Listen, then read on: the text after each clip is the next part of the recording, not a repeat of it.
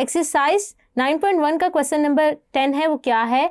A horse is threaded to a peg by a rope of 9 meters length and it can move in a circle with peg as center. If the horse moves along the circumference of the circle, keeping the rope tight, how far it will have gone when the rope has turned through an angle of 70 degree. इसका क्या मतलब है? हमारे पास क्या है? एक peg क्या होता है? जिससे हम हॉर्स को बांधते हैं, उसके साथ हमने एक रस्सी अटैच की हुई है, वो उसकी जो रस्सी है वो क्या है? हॉर्स के साथ बंधी हुई है। हॉर्स क्या कर रहा है? मूव कर रहा है इन अ सर्कल और टर्न ले रहा है विद द एंगल 70 डिग्री। तो जो उस रस्सी की लेंथ है वो क्या है? हमारे पास 9 मीटर है और सर्कल में हॉर्स क्या कर रहा है? मूव कर रहा है और एंगल बना रहा है 70 डिग्री का। जैसा कि आप फिगर में देख सकते हैं, हमारे पास ये एक पैग है जो कि अटैच्ड है, वो जो सेंटर में है, उसके साथ एक रस्सी है जिसकी लेंथ क्या है? 9 मीटर, जो हमारे पास क्या हो जाएगी? Radius of a circle. और हॉर्स मूव कर रहा है और एंगल बना रहा है 70 डिग्री का। तो हमने फाइंड करना है कि हमारे हॉर्स ने कितना डिस्टेंस ट्रेवल किया है, यानी हमने क्या फाइंड करना है? एल फाइंड करना है। तो हमारे पास एक रिलेशन है, उसको यूज़ करते हुए हम इसको सॉल्व करेंगे। हमारे पास रिलेशन क्या है?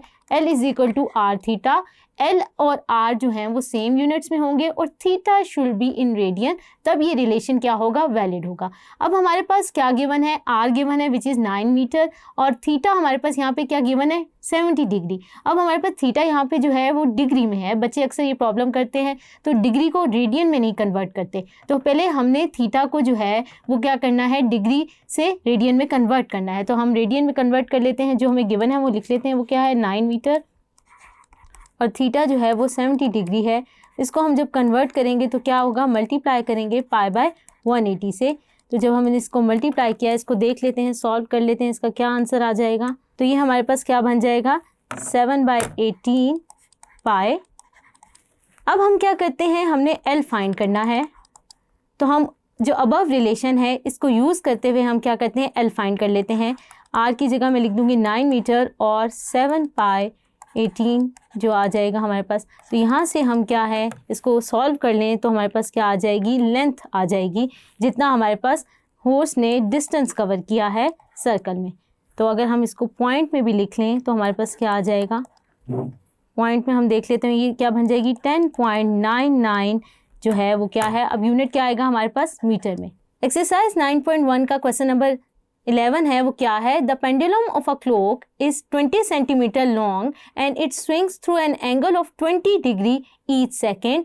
How far does the tip of the pendulum move in 1 second. अब हमारे पास क्या है? एक पेंडुलम ऑफ अ क्लॉक है, उसकी क्या लेंथ है? हमारे पास 20 सेंटीमीटर लॉन्ग है और हमारे पास क्या कर रहा है? वो पेंडुलम मूव कर रहा है और एंगल क्या बना रहा है? 20 डिग्री ईच सेकेंड में। तो हमने फाइंड करना है वो कितना डिस्टेंस उसने कवर किया है ईच सेकेंड में। तो हम क्या करते हैं? वही relation L equal to R theta use करते हुए इसको एवेलुएट करेंगे। जैसे कि आप फिगर में देख सकते हैं, हमारे पास ये क्या है? R जो है वो क्या है? पेंडुलम का जो है रेडियस है और हमने ये पेंडुलम मूव कर रहा है, जैसे आप देख सकते हैं ये मूव कर रहा है, एंगल क्या बना रहा है? 20 डिग्री। तो हमने क्या फाइंड करनी है? ये वाली लेंथ फाइंड करनी है कि पेंडुलम कितना डिस्टेंस कवर कर रहा है ईच इन 1 सेकेंड। तो इसके लिए हम लिख लेते हैं relation L equal to R theta. L हमारे पास यहाँ पे क्या है वो हमने फाइंड करना है। R हमारे पास क्या है? 20 सेंटीमीटर और थीटा हमारे पास क्या है? 20 डिग्री।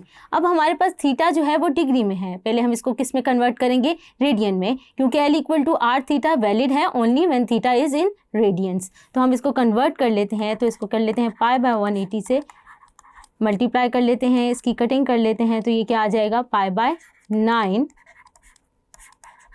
अब हम गिवन रिलेशन में पुट कर देते हैं, हमारे पास क्या आ जाएगा? R हमारे पास 20 सेंटीमीटर है और थीटा पाई बाय 9। तो इसको जब हम सॉल्व कर लें तो हमारे पास क्या रिजल्ट आ जाएगा? कैलकुलेटर से हम चेक कर लेते हैं, तो मेरे पास आ गई 6.98 सेंटीमीटर।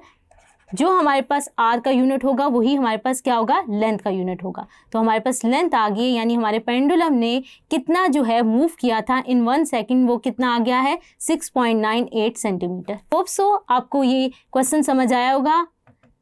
Thank you.